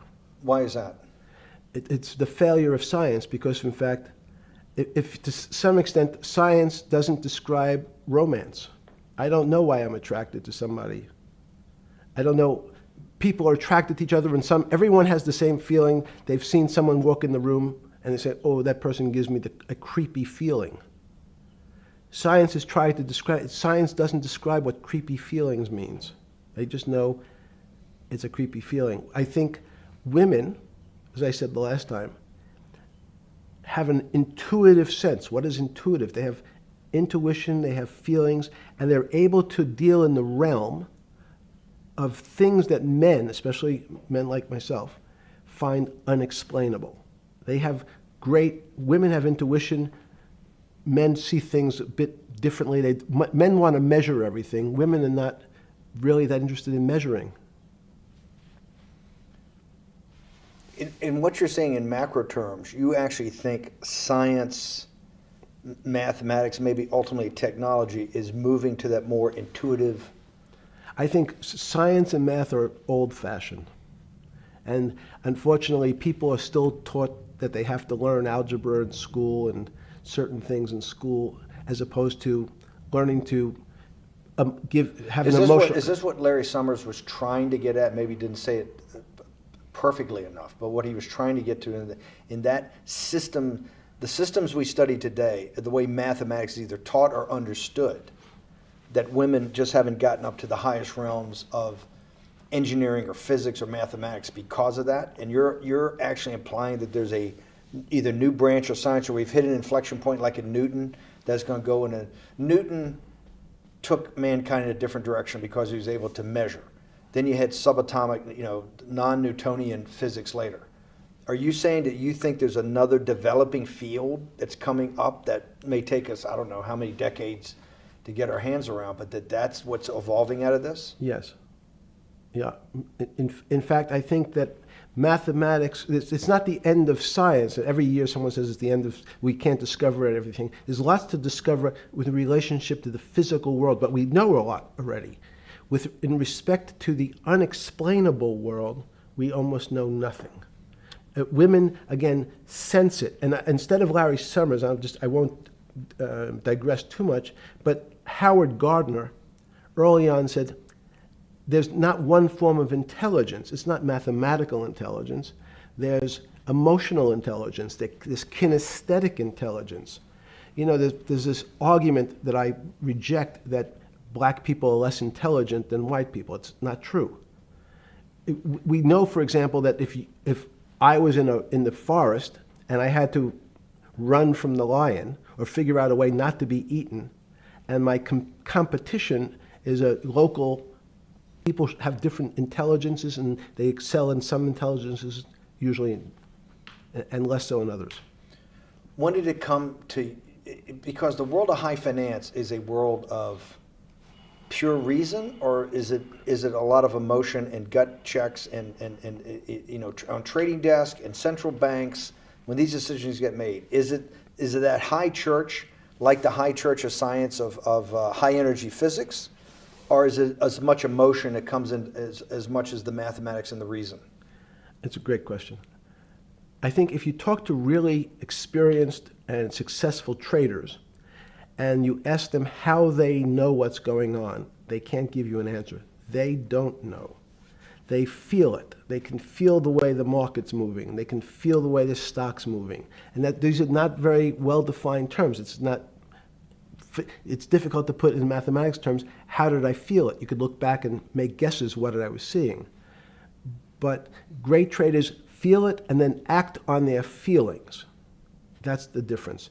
Many people feel it but are afraid because they want a mathematical justification before they take that next step. When you first got on the trading desk at Bear Stearns in the late 70s or mid 70s, were you shocked by how little actual understanding of mathematics that the traders comprehended? Yeah, well, again, we had a Texas Instrument calculator. Most stockbrokers, especially before 1975, if they were good stockbrokers, could add. That's about it. They could multiply. If you could multiply, you were already in the top 15% of stockbrokers. Stockbrokers simply meant There's a story. When I went to the first person, I had no money. And I said, how much money do you make a year? And he said, $400,000. I said, impossible. I'm making $10,000. That's probably more than your family had made in his entire existence. Yes. And he makes it in a year. I said, what do you do? And he said, it's too complicated for you to understand.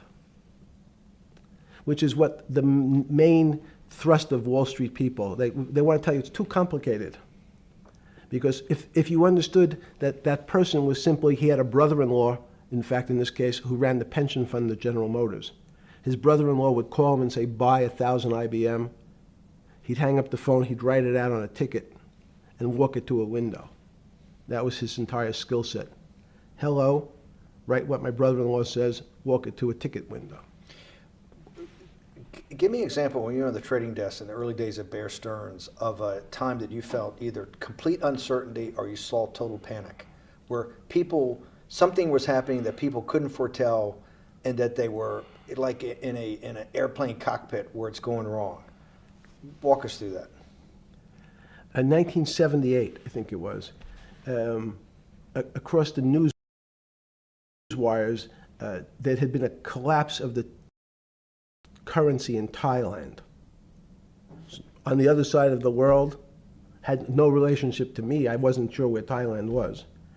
But the fact that a currency, a country's money, had all of a sudden dropped tremendously in value affected the rest of the world's markets. And people panicked because they'd never seen that before. A very small part of a very complex system had a shock throughout the whole system. So prices on Park Avenue apartments, the bond markets, the stock markets, every started to gyrate. You know, there's an old mathematics expression that if a butterfly wings in Mexico make the wrong turn, it spins out, and eventually, by the time it gets to Canada, it turns into a tornado. So these are part of complex systems. So yeah, Wall Street in certain parts. Santa Fe Institute was supposed to actually come up with a formula for that, for the butterfly wings. Why in 15 years did you reach the end of at least that experiment? Every attempt to, that's why it's so exciting now, because I think certain people are starting to realize that there's so many things that are unexplainable that we have to think about them differently. Music is a great example. It's a common man's example.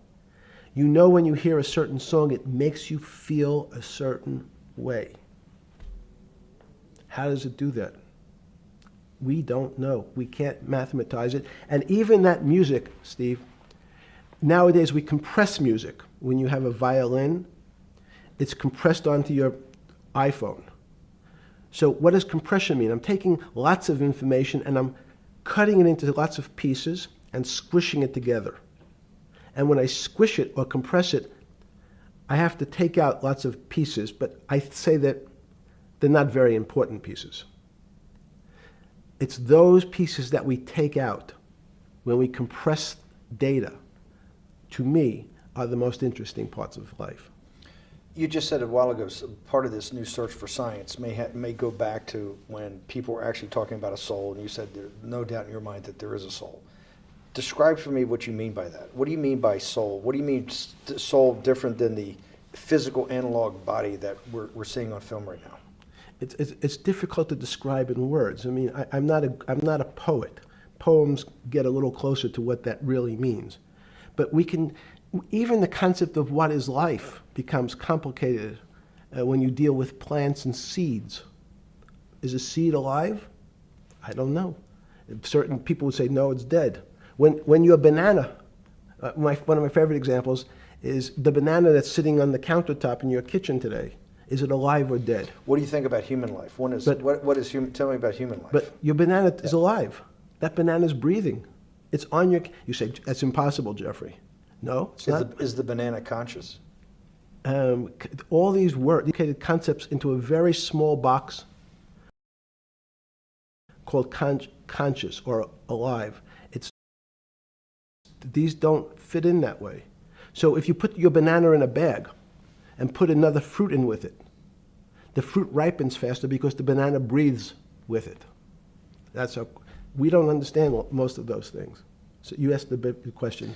Sorry. You talk about the life. What about human life? What about it? Tell me what do you think? What do you think human life is? It's a miracle. It's a miracle. And when I say miracle, I can't explain it, and I make no attempt to explain it at the moment. We don't know how to think about it. And anyone, and again, another one of the Feynman quotes when he was talking about quantum physics.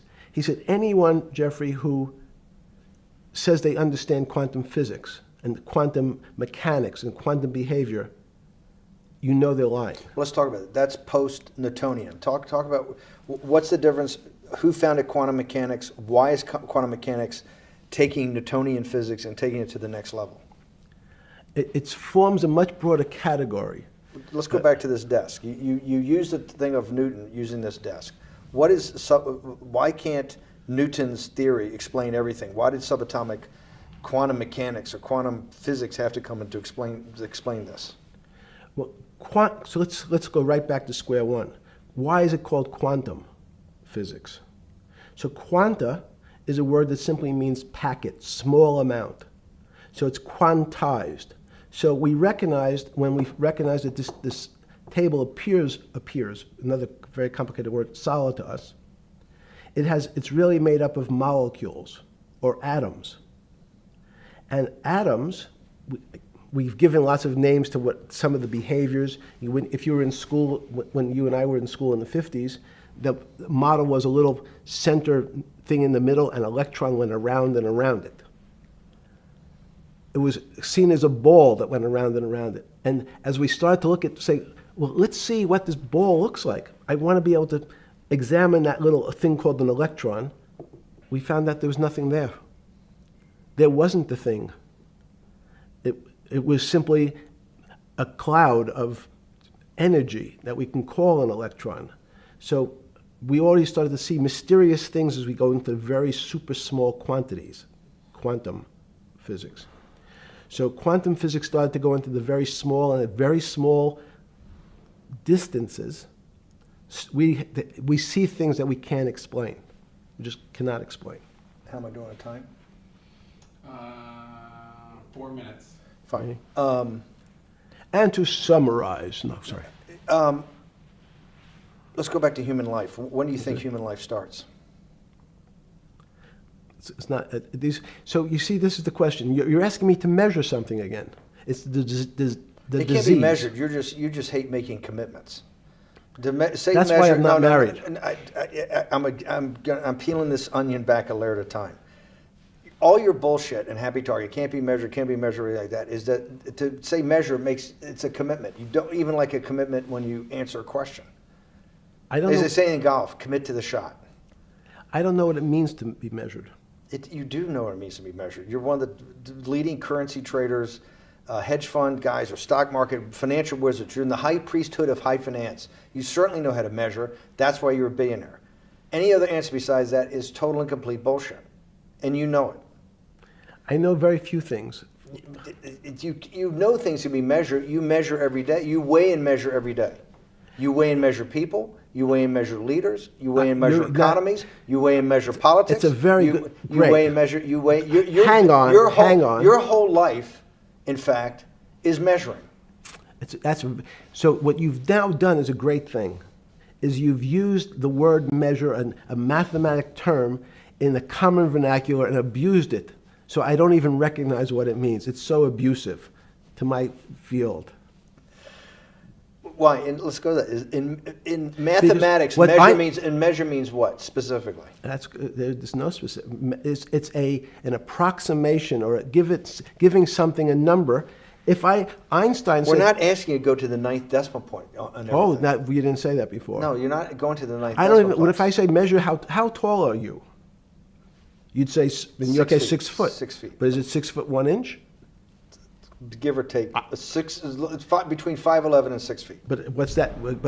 So the question is, I want an accurate. I got Zeno's paradox. I don't even know what it means to measure you. Am I measuring the top of your hair, the top of your skull, the finer, the more? You're being rabbinical. This is like I shaved my beard off. I used to be rabbinical. No, my point is, isn't that going through the Torah where you're parsing every definition? No, so, however we broadly define measure, your life literally is about measurement, is it not? it's about putting numbers on things so that I can try But that's my measurement. best. You can call it whatever you like. If that Well, what makes do you feel what- better. What do you know? No, Because I I'm wanna trying to make you relate it happy. back to your scientific inquiry. No, even a number. People don't. A number is a complicated When did thing. you come? When did you come to this When did you come to this aha moment? Was when it was in your solitary confinement, when the biggest financial crisis in world history was going on, in your 7x9 jail cell with your metal bed and your two brushes because you were a trustee with the brown uniform on, trustee spelled wrong. Is that the moment of clarity that you had about science and Newtonian physics and everything that we can measure is really not going to be the way we go forward? It's going to be much more esoteric, emotional intelligence thing. Was that your moment of clarity? I wish it was, because it would make such a great story for this interview, but it's not. It's the fact that I lead such a privileged life to come across. But when did you?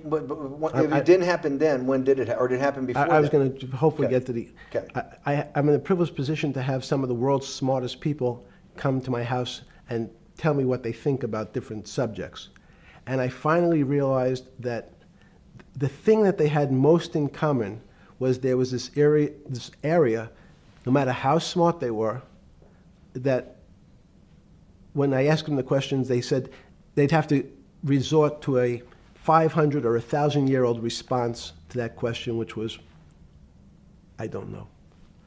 You know who else found that out? Socrates. That's what Socrates kept doing, right? Socrates kept asking all the experts. He would go through, question after question after question, and realize at the end they didn't really know. They really didn't basically understand what they were talking about. And one of the things that people won't enjoy, it turns out that potentially one of the bad things to teach children is how to write. Writing, reading, and arithmetic was supposed to be, everyone's supposed to be taught. But writing forces you into a very narrow channel of thinking. You have to write in a certain form, in a certain way, in a certain linear pattern. So your thinking becomes somewhat narrow. The reason I brought up writing is one of the recent discoveries of mine with respect to Socrates, Plato, and Aristotle is they never wrote anything. They spoke, and people around who could write wrote. Socrates could think. So that was. Jesus of Nazareth was the same way, right? Never wrote anything. I thought he was a carpenter. He was a carpenter. Didn't he need like a little carpenter's tonight? I don't want to get that. But at least his written record. Right. One last thing. Sure. Thank you for having me to your house.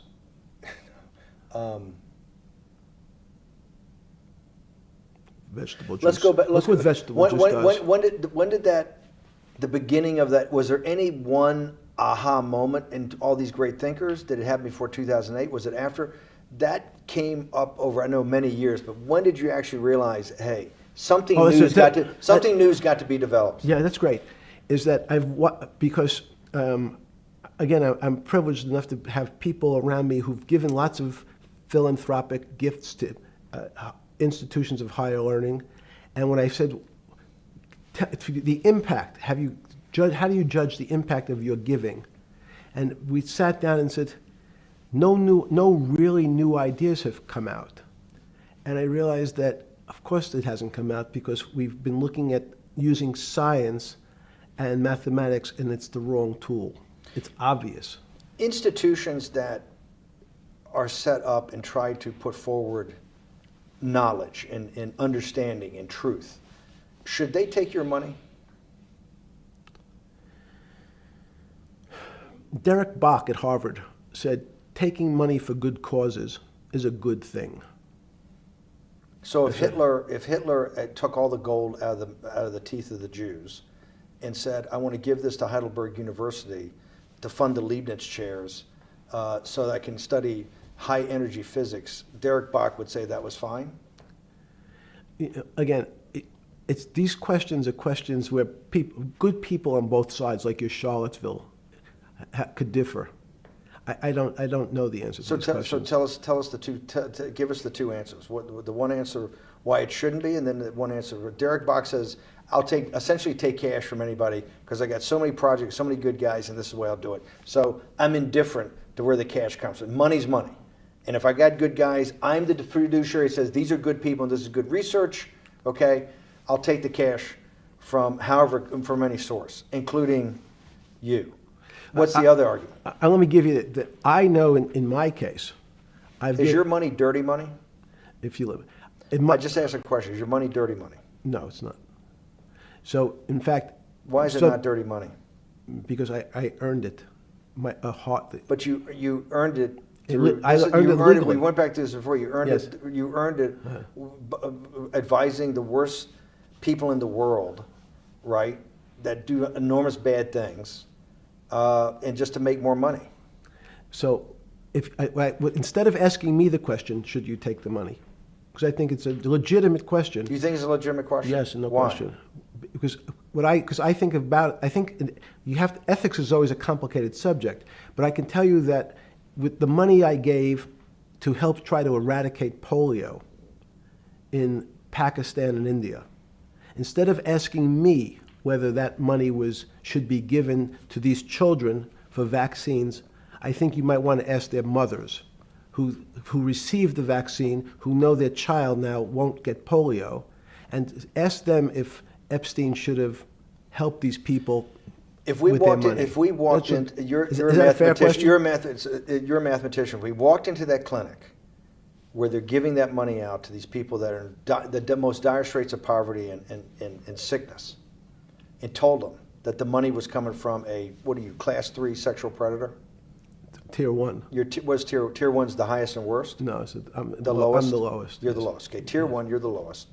But a criminal. Yes. That the money came from them. What percentage of people do you estimate? I understand you don't like probabilities. Do you estimate would say, "I don't care. I want the money for my children"? I would say everyone said, "I want the money for my children." Did they know where the money came from? I think if you told them, if I told them the devil, 100%. The devil himself said, "I'm going to exchange some dollars for your child's life." Do you think you're the devil himself? No, but I do have a good mirror. It's a serious question. Do you think you're the devil himself? I don't know. Why would you say that? Because you have all the attributes. You're incredibly smart. You remember the devil is somebody who knows. Smart? The devil's brilliant. You read Milton's Paradise Lost. No, the devil scares me. Satan is at the number 1 or 2 archangel, and the reason he goes to hell and leads the rebellion is because he can't be the top guy. And his thing is, I'd rather reign in hell than serve in heaven. I saw that in a movie once called American Dharma. I don't remember who said it. Okay? We have to go. Okay, good. Okay. That was good.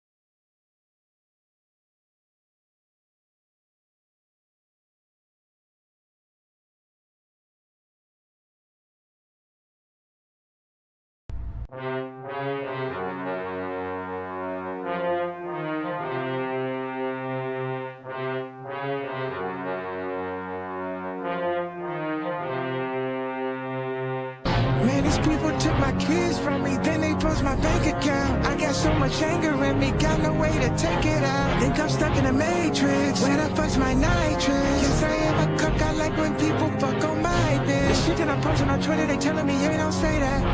How niggas can't see me in public, I'm driving an all-chrome Maybach. With all of the money and fame, I still can't get my kids back.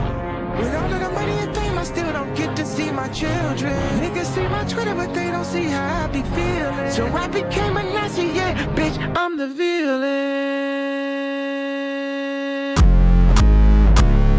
Nigga, how here? Nigga, how